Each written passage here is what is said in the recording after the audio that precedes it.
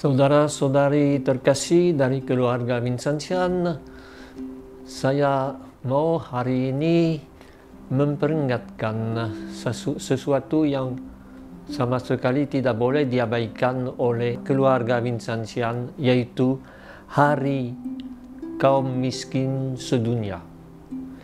Sri Paus Fransiskus memutuskan hari itu pada jubileum khusus untuk kerahiman tahun 2015-2016, dan dalam tahun itu dia memutuskan bahwa pada hari Minggu ke-33 setiap tahun akan diadakan satu hari khusus untuk berdoa dan aksi untuk orang miskin. Saya ingat bahwa tahun yang pertama kali jatuh pada tanggal 19 November 2017, dan tahun itu adalah tahun 400 dari kongregasi misi dan dari Sister Putri Kasih, dari nyonya-nyonya Caritas, yaitu 400 tahun sesudah Folleville dan Châtillon-les-Dombes.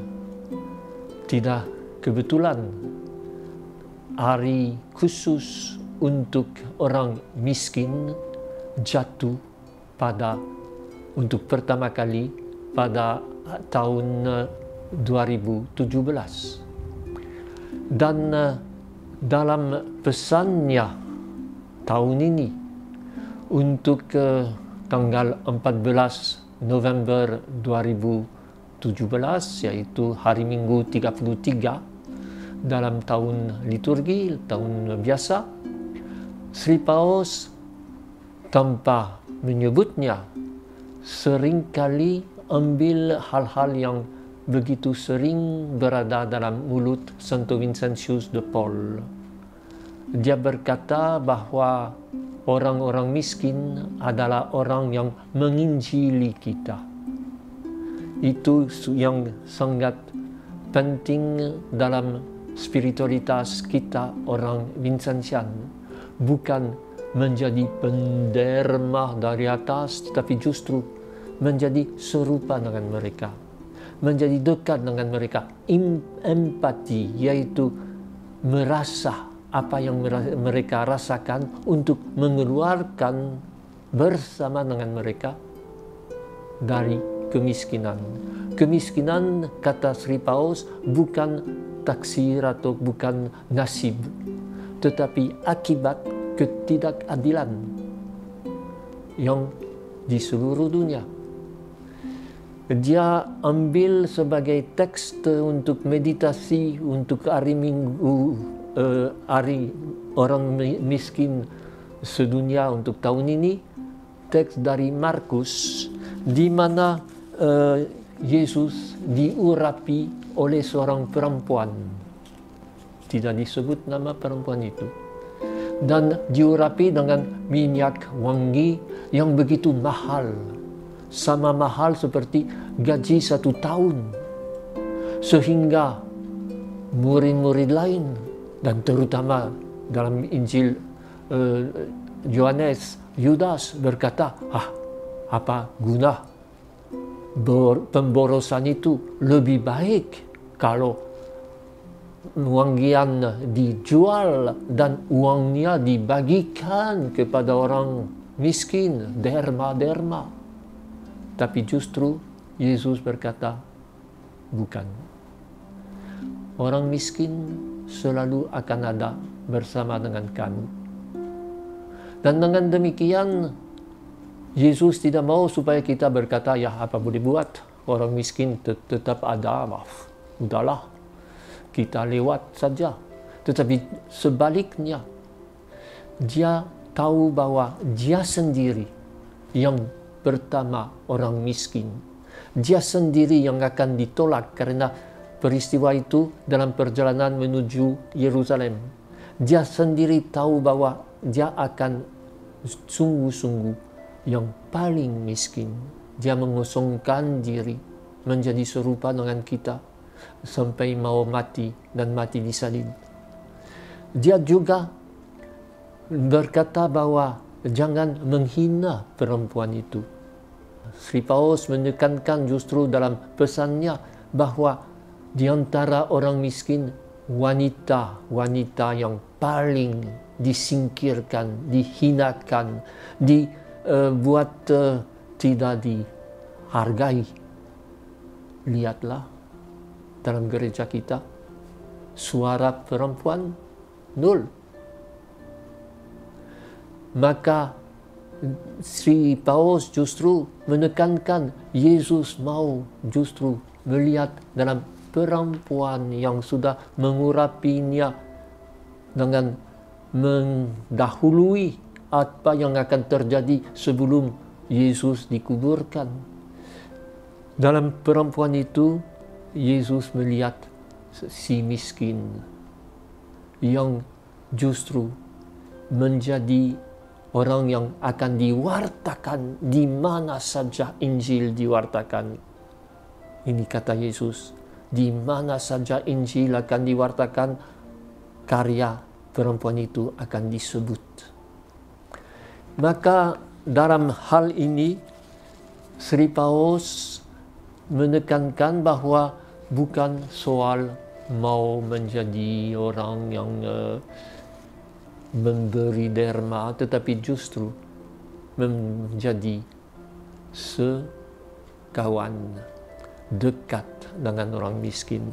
Dalam pesannya, dia mengutip satu orang yang sebenarnya saya tidak kenal orang itu, tetapi yang dikutip menarik, Pastor Primo Mazzolari, yang berkata, "Aku mohon kepadamu untuk tidak menanyakan kepadaku apakah ada orang miskin, siapa dan berapa banyak mereka. Karena saya khawatir pertanyaan-pertanyaan itu mewakili gangguan atau dalih untuk menghindari seruan yang jelas kepada hati nurani kita. Aku tidak pernah menghitung orang miskin." Ya, lihatlah sekarang dalam semua majalah selalu ada jumlah berapa persentase orang miskin, jumlah mereka, jumlah terus, seolah-olah mereka sebagai individu, sebagai orang, tidak ada, sebagai kelompok yang justru marginal dan justru hanya dihitung-hitung untuk buat rencana yang seringkali hanya rencana dalam mulut dan yang tidak menjadi kenyataan dalam kegiatan. Maka katanya, aku tidak pernah menghitung orang miskin karena mereka tidak dapat dihitung. Orang miskin harus dipeluk, bukan dihitung. Ini sangat indah kata itu. Dan saya kira justru kita harus melihat, ingat gambar dari jubileum luar biasa kerahiman, di mana dilihat Yesus memikul orang miskin, merciful like the Father, berkerahiman seperti sifat seorang bapa. Kita bisa lihat juga, saya tidak temu dalam bahasa Indonesia, tetapi logo untuk Hari Orang Miskin. Dua orang yang saling menyapa, bukan memberi kepada yang lain, tetapi saling mengakui. Dan dengan demikian kita bisa lihat caranya Sri Paus sendiri memberkati orang miskin, bertemu dengan mereka. Saya temu di Prancis waktu saya cuti di situ, satu patung kecil tentang Vincentian. Tetapi justru patung itu bisa menjadi ringkasan dari pesan Sri Paus, pesan Vincentius. Kita lihat Vincentius yang memegang satu anak yang dibuang, dan tangan kirinya menunjukkan siapa? Yesus di kandang Bethlehem. Yesus yang lahir begitu miskin. Dia berkata, semua orang miskin adalah gambar dan tempat untuk bertemu dengan Yesus. Itu juga yang ditekankan dalam teks dari pesan Paus. Pertama, empati, simpati, menerima mereka sebagai saudara. Tidak peduli apakah mereka miskin karena kesalahan sendiri, karena malas, karena ini gampang kita selalu menemukan alasan, lihat si itu dia pemalas, si itu tidak mau maju, dan gampang saja. Lihat sejarah mereka.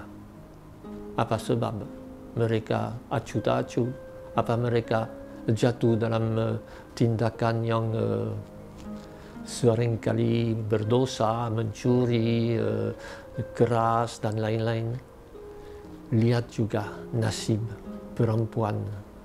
Seringkali dalam majalah Tempo dan majalah lain disebut bahwa justru dengan pandemi, dengan terpaksa tinggal di rumah, perempuan makin korban dari kekerasan. Semua itu harus menjadi suatu kenyataan. Si miskin harus didekati, bukan dipinggirkan, bukan dianggap dia di pinggir jalan, sedikit duit dan beres, tetapi dia saudara kita. Hari orang miskin sedunia, inilah yang mau dirayakan oleh Sri Paus, dan dia minta supaya dalam setiap keuskupan, setiap keluarga, setiap komunitas dicari cara konkret untuk mengucapkan persaudaraan, kedekatan dengan orang miskin itu. Moga-moga kita bisa melihat itu dan mengulurkan tangan kepada mereka seperti mengulurkan tangan kepada kawan yang paling dekat. Itu yang kesimpulan dari Sri Paus.